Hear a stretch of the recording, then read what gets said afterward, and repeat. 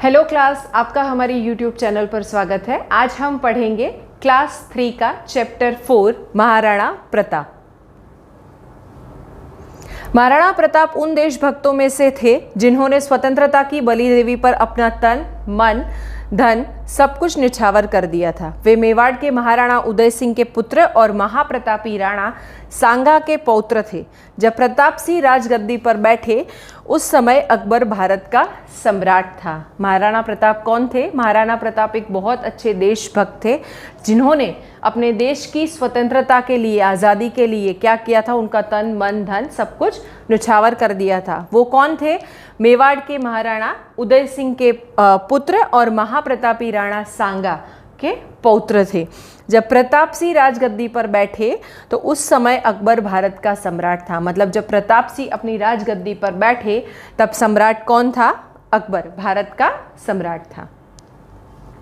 अकबर अपने साम्राज्य का विस्तार कर रहा था। उसने अनेक भारतीय राजाओं को जीतकर उन्हें अपने अधीन कर लिया था। कुछ राजाओं ने तो बिना लड़ाई किए ही उसकी अधीनता स्वीकार ली थी। अकबर क्या था? अपने साम्राज्य को बढ़ा रहा था। तो क्या कर रहा था वो? अनेक भारतीय राजाओं को जीता उन्होंने, मतलब उनके जो राज्य थे उन्हें जीत लिए, तो उनके नीचे काम करना था। और आधे से ज़्यादा राजा ऐसे थे, आधे से ज़्यादा राज्य ऐसे थे जो उनसे बिना लड़ाई किए ही उनके पास चले गए कि भाई हमें लड़ाई नहीं करनी है, हम आपके नीचे ही काम करेंगे, नीचे ही रहेंगे।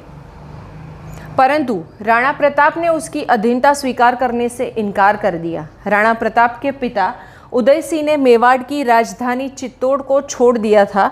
उन्होंने एक नया नगर उदयपुर बसाकर वही जीवन के शेष 4 वर्ष बिताए। पर राणा प्रताप ऐसे थे नहीं। राणा प्रताप ने जैसे ही उन्होंने भेजा ये बुलावा तो उन्होंने क्या बोला कि हमें ये मंजूर नहीं है, हम इसका इनकार करते हैं। उसके बाद राणा प्रताप के पिता ने, उदय सिंह ने क्या किया? मेवाड़ की राजधानी चित्तौड़ को छोड़ दिया और कहाँ जाकर रहने लगे? उदयपुर में 4 वर्ष तक वो रहे। राजगद्दी पर बैठते ही राणा प्रताप ने कहा, वीरों, हमारी राजधानी चित्तौड़ का पराधीन हुए अब 5वां साल है। हमें अपनी मातृभूमि से शत्रु ने निकाल दिया था। हमारा कर्तव्य है कि हम चित्तौड़ को फिर वापस लें। जैसे ही राजगद्दी पर राणा प्रताप बैठे तो उन्होंने क्या किया? उन्होंने अपने सारे सैनिकों को बोला कि अब हमें हमारी राजधानी चित्तौड़ वापस लेने का समय आ गया है। अब हम क्या करेंगे? हमारी मातृभूमि से जो शत्रु हमारी मातृभूमि में है उन्हें हमें अब निकालना चाहिए, क्योंकि मातृभूमि से प्यारी दुनिया में कोई वस्तु नहीं है। प्रताप के इस भाषण से वीरों का खून उबल पड़ा और उन्होंने एक स्वर में कहा, हम अपनी मातृभूमि को प्राण देकर भी वापस लेंगे। जैसे ही महाराणा प्रताप ने अपने जो सैनिक थे उनको ये बोला तो उनके सारे सैनिक, उनके सारे वीर क्या बोले? उन्होंने ऐसा बोला कि महाराज, हम इसके लिए तैयार है। अब हम क्या करेंगे? अपनी मातृभूमि को अपने प्राण देकर भी वापस लेंगे।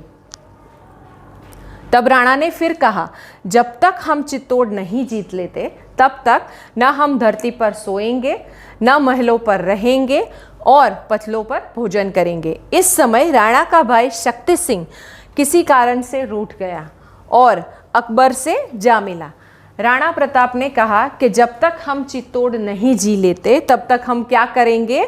तब तक हम धरती पर सोएंगे नहीं, सबसे पहले तो महलों में रहेंगे नहीं और पत्तों पे खाना खाएंगे। इसी समय राणा का भाई शक्ति सिंह, महाराणा प्रताप का एक भाई था शक्ति सिंह उनसे रूठ गया था। किस वजह रूठा था वो नहीं पता, और अकबर से जा मिला। जैसे ही वो महाराणा प्रताप से रूठे वैसे ही वो अकबर से जा मिले।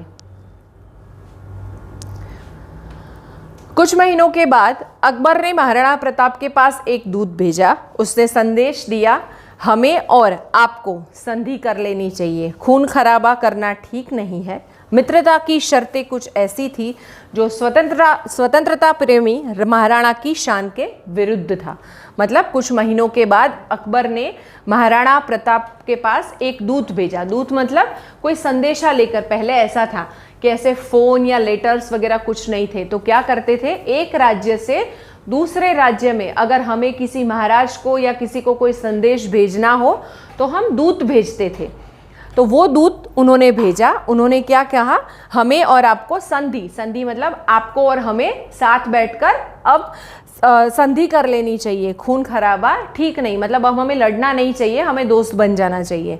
मित्रता की शर्तें कुछ ऐसी थी, मतलब जब अकबर ने महाराणा प्रताप को दूत भेजा उसमें मित्रता की कुछ शर्तें थी कि इस शर्त के अधीन आप हम दोस्त बन सकते हैं।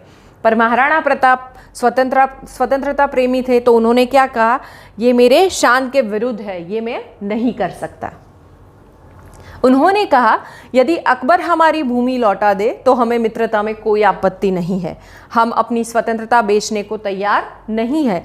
राणा ने अपने वीरों को सावधान कर दिया हो सकता है कि हमारे उत्तर से अकबर बौखला उठे, अतः हमें युद्ध के लिए तैयार रहना चाहिए। महाराणा प्रताप ने अकबर को जवाब में बता दिया कि हमें, अगर आप हमारी मातृभूमि लौटाते हो, मतलब हमारी चित्तौड़ नगरी लौटाते हो, तो हमें मित्रता करने में कोई आपत्ति नहीं है, लेकिन हम हमारी स्वतंत्रता नहीं बेचेंगे। राणा ने अपने वीरों को ये जैसे ही संदेश महाराणा प्रताप ने अकबर को भेजा, वैसे ही राणा प्रताप ने अपने जो सैनिक थे उनको क्या किया, सावधान कर दिया कि हो सकता है कि मेरे इस जवाब से उनको गुस्सा आए और वो हमें युद्ध के लिए ललकारे, तो हमें भी युद्ध के लिए तैयार रहना चाहिए। उदयपुर युद्ध की एक दृष्टि से सुरक्षित स्थान नहीं था, अतः राणा ने कोमल मीर को ही अपनी राजधानी बना लिया। अकबर ने जब राणा का उत्तर सुना तो उसने जयपुर के राजा मानसिंह को राणा को मनाने के लिए भेजा। जैसे ही महाराणा प्रताप का जवाब अकबर ने सुना, वैसे ही उन्होंने क्या किया, जयपुर के राजा मानसिंह को महाराणा प्रताप के पास भेजा, उनको मनाने के लिए कि मैंने ये संदेश उनको पहले ही भेज दिया है, तो आप उनको मनाए। राणा ने मानसिंह का सत्कार स्वयं न करके अपने पुत्र अमर सिंह को भेज दिया। इसको मानसिंह ने अपना अपमान समझा और राणा को बुरा भला कहकर चले गए। राणा ने क्या किया, मानसिंह का सत्कार स्वयं न करके अपने पुत्र अमर सिंह, मतलब महाराणा प्रताप के पुत्र को उन्होंने उनके सत्कार में भेजा। तो उनको क्या लगा, मानसिंह को ऐसा लगा कि ये तो मेरा अपमान हो गया। तो उन्होंने क्या किया, राणा को कुछ भी बोलकर, मतलब बुरा भला बोलकर वो वहां से चले गए।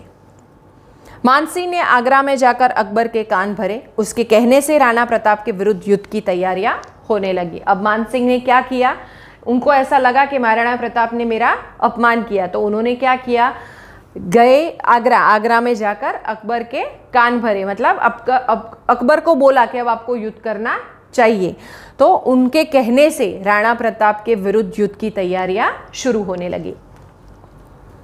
अकबर ने अपने पुत्र सलीम को मुख्य सेनापति नियुक्त कर मानसी, शक्ति सिंह और महावत खां आदि की देखरेख में युद्ध के लिए सेना भेज दी। मुगल सेना विशाल थी और उसके पास युद्ध का सामान भी बहुत था। अकबर ने क्या किया, अपने पुत्र सलीम को मुख्य सेनापति नियुक्त करके मानसी, शक्ति सिंह और महावत खां के साथ उनकी देखरेख में उन्होंने क्या किया, युद्ध के लिए सेना भेज दी। मुगल सेना बहुत विशाल, मतलब बहुत बड़ी थी और उसके पास युद्ध का सामान, मतलब युद्ध करने के लिए जो सामान चाहिए वो भी मुगल सेना के पास बहुत था। कहते हैं कि अकबर की सेना 80 मील के घेरे में फैली थी। राणा और उसकी सेना उनके घेरे में घिरी हुई थी। कोई रास्ता ऐसा न था जहां अकबर के सैनिक न हो। केवल हल्दी घाटी ही ऐसा स्थान था जहां राणा की सेना को निकलने का रास्ता मिल सकता था। ऐसा है कि अकबर की सेना बहुत बड़ी थी। अकबर की सेना दूर दूर तक 80 मील तक बहुत फैल गई थी राणा के किले के आजू बाजू। राणा और उसकी सेना पूरा उनसे घिर चुके थे।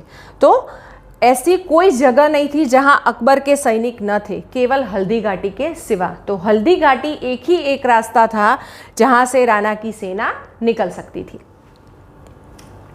राणा के पास केवल 22,000 सेना थी। इनमें 10,000 बिल थे जो खुले मैदान में लड़ने को तैयार न थे। केवल 12,000 सेना से ही उसे अकबर की विशाल सेना के साथ युद्ध करना पड़ा। राजपूतों ने बड़ी वीरता से युद्ध किया और हल्दी घाटी को बचाते रहे। अकबर की सेना बहुत बड़ी थी, राणा प्रताप की सेना कैसी थी? छोटी थी, सिर्फ 22,000 सेना थी। इनमें 10,000 भील थे, और वो भी कैसे? जो खुले मैदान में युद्ध नहीं कर सकते वैसे। तो बचे कितने? 12,000 सेना से ही अकबर की विशाल सेना के साथ युद्ध करना पड़ा, मतलब उन्होंने युद्ध किया।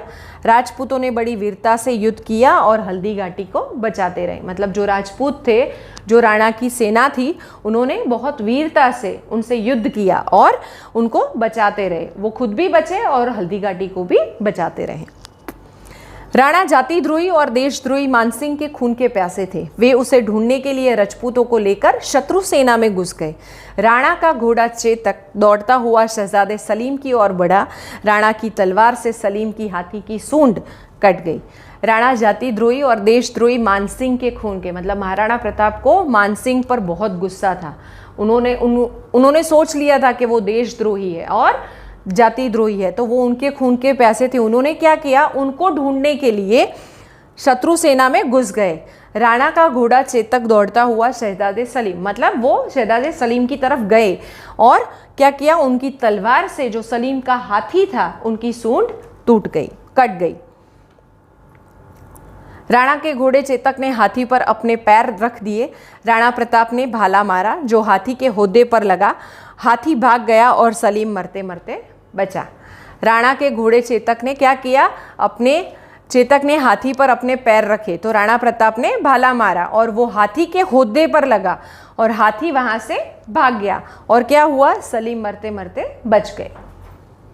राणा प्रताप के शरीर पर कई घाव लग चुके थे। उनका शरीर खून से लथपथ था। शत्रु के घेरे हुए वे अपना जौहर दिखा रहे थे, मगर उनकी जान खतरे में थी। राणा प्रताप बहुत लड़े थे। उनका जो शरीर है वो पूरा खून से लथपथ हो गया था, बहुत खून हो गया था। शत्रु के घेरे में वो इतने साहसिक थे, वो दिखा रहे थे कि मुझे कुछ नहीं हो, मैं अभी भी लड़ सकता हूँ, पर उनकी जान बहुत खतरे में थी। इसी समय झाला का सरदार आया। उसने सूर्यवंशी झंडे को अपने सैनिकों से लिया और दूसरी ओर चल दिया। शत्रुओं ने समझा कि राणा उधर जा रहे हैं। क्या किया? उसी समय झाला का सरदार आया और सूर्यवंशी जो झंडा था वो अपने साथ अपने सैनिकों से लिया। अपने सैनिकों से वो जो झंडा था वो उन्होंने ले लिया और दूसरी ओर चले गए। तो शत्रुओं ने क्या समझा? शत्रुओं ने समझा कि राणा प्रताप उधर जा रहे हैं। वे झंडे के पीछे हो लिए। राणा के सरदारों ने उन्हें मैदान से भाग जाने पर मजबूर कर दिया था। वे उनकी रक्षा चाहते थे। राणा की सेना में जो सरदार थे, जो वीर थे, उन्होंने क्या बोला राणा को कि आप यहाँ से भाग जाए। वो जो सरदार थे उन्होंने राणा को मजबूर कर दिया कि आपको यहाँ से जाना ही पड़ेगा। वो उनकी रक्षा चाहते थे इसलिए। राणा अपने स्वामी भक्त चेतक को लेकर रण क्षेत्र से बाहर चले गए। हल्दी घाटी की लड़ाई में राणा की जीत न हो सकी। मतलब राणा ने क्या किया? अपने स्वामी भक्त चेतक उनके घोड़े का नाम है, चेतक को लेकर रण क्षेत्र से बाहर चले गए। हल्दी घाटी की लड़ाई में, मतलब जो लड़ाई हुई उसमें राणा की जीत नहीं हुई। राणा प्रताप का चेतक भाग रहा था। उनके पीछे 2 शत्रु सैनिक उन्हें मारने के लिए आ रहे थे। चेतक के सामने एक नाला आ गया। उसने जोर से छलांग लगाई और वहां नाला पार कर गए। मतलब राणा प्रताप का जो चेतक था वो भाग रहा था, तो उनके पीछे शत्रु दल के 2 सैनिक उनका पीछा कर रहे थे, लेकिन बीच में नाले जैसे वो खड्डा आता है ना, नाला पूरा भरा हुआ पानी से, वैसा वो आया। तो चेतक ने क्या किया? बहुत जोर से छलांग लगाई और वो नाला पार कर गए। शत्रु नाले पर रुक गए। उनके घोड़े उसे पार न कर सके। चेतक राणा को लेकर बहुत दूर निकल गया। मतलब शत्रु जो थे, उनके जो घोड़े थे वो नाला पार नहीं कर सके। तो वो अच्छा हुआ, तो चेतक राणा को लेकर बहुत दूर निकल गए। मतलब जो उनका घोड़ा था वो राणा को लेकर बहुत दूर चले गए। वह इतना थक गया था कि अब उससे दौड़ा नहीं जाता था। अंत में उसने प्राण छोड़ दिए। राणा अपने प्रिय घोड़े से लिपटकर रोने लगे। इसी समय राणा को आवाज़ सुनी दी, अरे प्रताप! राणा का भाई शक्ति सिंह भाई को पुकारता आ रहा था।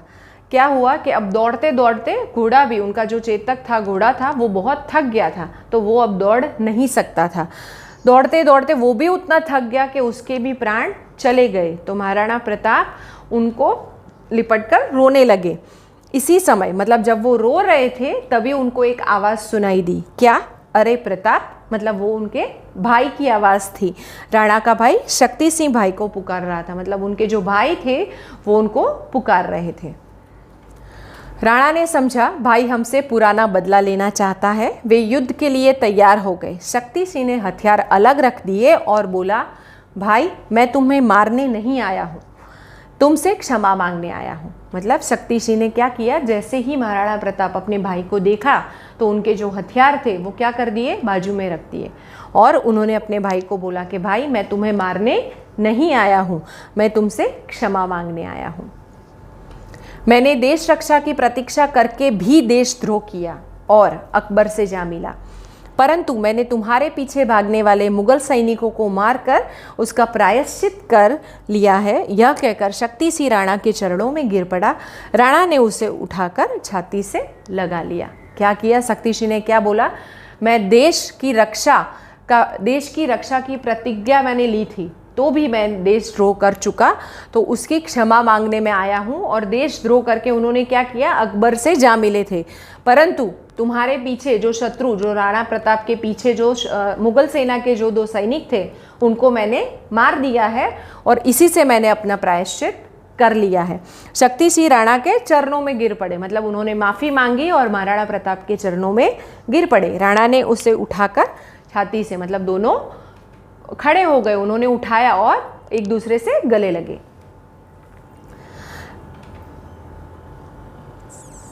राणा ने जो प्रतिज्ञा की थी उसे जीवन भर निभाया। राणा स्वतंत्रता के मतवाले और सच्चे देशभक्त थे।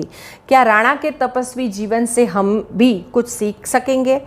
राणा ने जो प्रतिज्ञा ली थी वो जीवन भर निभाई। राणा स्वतंत्रता के मतवाले और सच्चे देशभक्त, महाराणा प्रताप एक सच्चे देशभक्त थे। उनके तपस्वी जीवन से क्या हमें कुछ सीख मिल सकती है, ऐसा वो लास्ट में कहते हैं। अब हम शब्दार्थ समझेंगे। बलिवेदी, बलिदान करने का स्थान।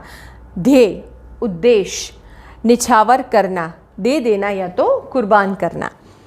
अद्वितीय, अद्भुत, खून खराबा करना मतलब लड़ना। अतिथि सत्कार, अतिथि की सेवा, मतलब कोई मेहमान आते हैं ना तो उसकी जो सत्कार करते हैं उसको बोलते हैं सेवा। देशद्रोह, देश के साथ शत्रुता करना।